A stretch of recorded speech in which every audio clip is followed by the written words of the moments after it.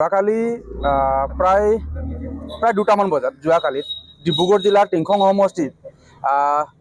সমষ্টিৰ নীলমণি চাহ বাগিচাৰ কাষত এখন দোকানত আমাৰ বিশেষ কৰি এজন ল'ৰাই যিহেতু তেওঁ দোকান এখনত কৰ্মৰত কৰি আছিল আৰু তেওঁ যিহেতু সেই দোকানৰ যি টকা তেওঁ বেংকলৈ জমা দিবলৈ আহি থকা অৱস্থাত টিংখং 26 নম্বৰত তেওঁক নিৰ্মমভাৱে কোনোবাই দুৰ্বৃত্তই নিৰ্মমভাৱে ডকাইতি ক'ব পাৰি নিৰ্মমভাৱে টকা লৈ পেলাই তেওঁক নিৰ্মমভাৱে হত্যা কৰে। আৰু আমি জিলা প্ৰশাসনক দাবী জনাইছোঁ আৰু জিলা প্ৰশাসনক অনুৰোধ জনাইছোঁ, আপোনালোকে কেৱল চকীত বহি পেলাই আপোনালোকে কেৱল চকীত বহি পেলাই আপোনালোকে ৰাজশাসন কৰি পেলাই আপোনালোকে পাব্লিকক ছাৰ্ভিচ দিব যদি নোৱাৰে, কেৱল চকীত বহি পেলাই কেৱল যদি আপোনালোকে নিজৰ যি দায়িত্ব সেই দায়িত্ব যদি আপোনালোকে পালন কৰিব বিচাৰে তেন্তে আগন্তুক দিনত কিন্তু আমি বিশেষ কৰি আদিবাসী চাহ শ্ৰমিক আমাৰ এই জনগোষ্ঠীটো কিন্তু সুৰক্ষিত হৈ নাথাকিব।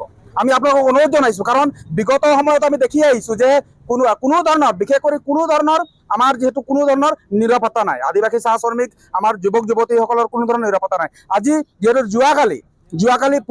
যোৱাকালি পুনৰবাৰ আৰু টিংখং সমষ্টিত ইমান ডাঙৰ ঘটনা ঘটিবলগীয়া হ'ল। আমি জিলা প্ৰশাসনকো ধিক্কাৰ জনাইছোঁ, অতি শীঘ্ৰে যি টিংখং চাহ বাগিচাৰ যিজন আমাৰ যুৱক অমন কুমাৰক যিসকল দুখীয়ে যিসকল পাখণ্ডই আজি নিৰ্মমভাৱে হত্যা কৰি তেখেতসকলক অতি শীঘ্ৰে কাৰাগাৰত চিনাক্ত কৰি যাতে শাস্তিমূলক ব্যৱস্থা গ্ৰহণ কৰে, তাৰ বাবে আমি জিলা প্ৰশাসনক অনুৰোধ জনাইছোঁ। আৰু লগতে আমি ক'ব বিচাৰিছোঁ, যদি অহাকালি 24 ঘণ্টাৰ ভিতৰত যদি প্ৰশাসনে কোনো ধৰণৰ ব্যৱস্থা নলয় আৰু দোষীকো যদি তেওঁলোকে কোনো ধৰণৰ ব্যৱস্থা নলয়, তেন্তে আমি 24 ঘণ্টাৰ ভিতৰত কিন্তু আমি ৰাজপথ বন্ধ কৰিবলৈ কিন্তু আমি সাজু আছোঁ। এয়া কিন্তু স্পষ্ট। যিহেতু যোৱাকালি যিটো অমন কুমাৰৰ যিটো ঘটনাটো হৈ গ'ল,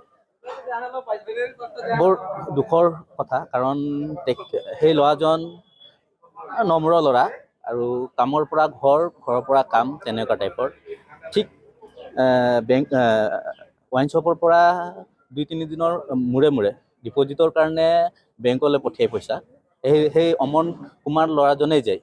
কিন্তু দুৰ্ভাগ্যৰ বিষয় যে যোৱা 3 তাৰিখে তেখেতৰ ওপৰত যি দুষ্কৃতি চক্ৰই লগত উঠি পিনে যিটো আমি চালোঁ, ভিডিঅ' ফুটেজ চালোঁ,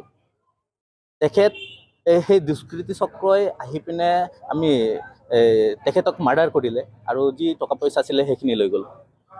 কিন্তু মানুহজন যে ইমানে বেয়া আছিলে চাগে যে মানুহজনক মাৰিব পাৰিলে।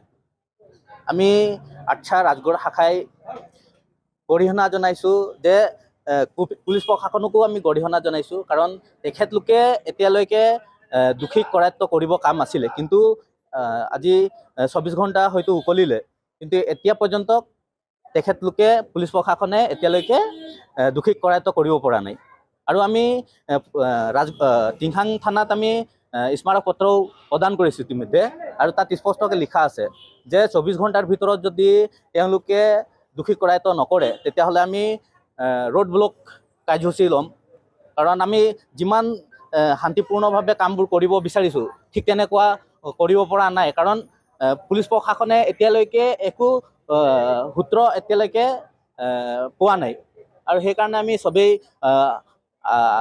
থানাত একত্ৰিত হৈছোঁ, আছাই হওক, কাটচাই হওক, আপোনাৰ শ্ৰমিক ৰাইজেই হওক, গোটেইখিনি টিংখাং থানাৰ সন্মুখত এতিয়া আমি একগোট হৈছোঁ। আৰু প্ৰশাসনে আশ্বাস দিছে যে আমি অতি সোনকালে দোষীক কৰায়ত্ব কৰিম বুলি। যিকোনো খবৰৰ বাবে যোগাযোগ কৰক 7099017330 লগতে 7099017110 নম্বৰত।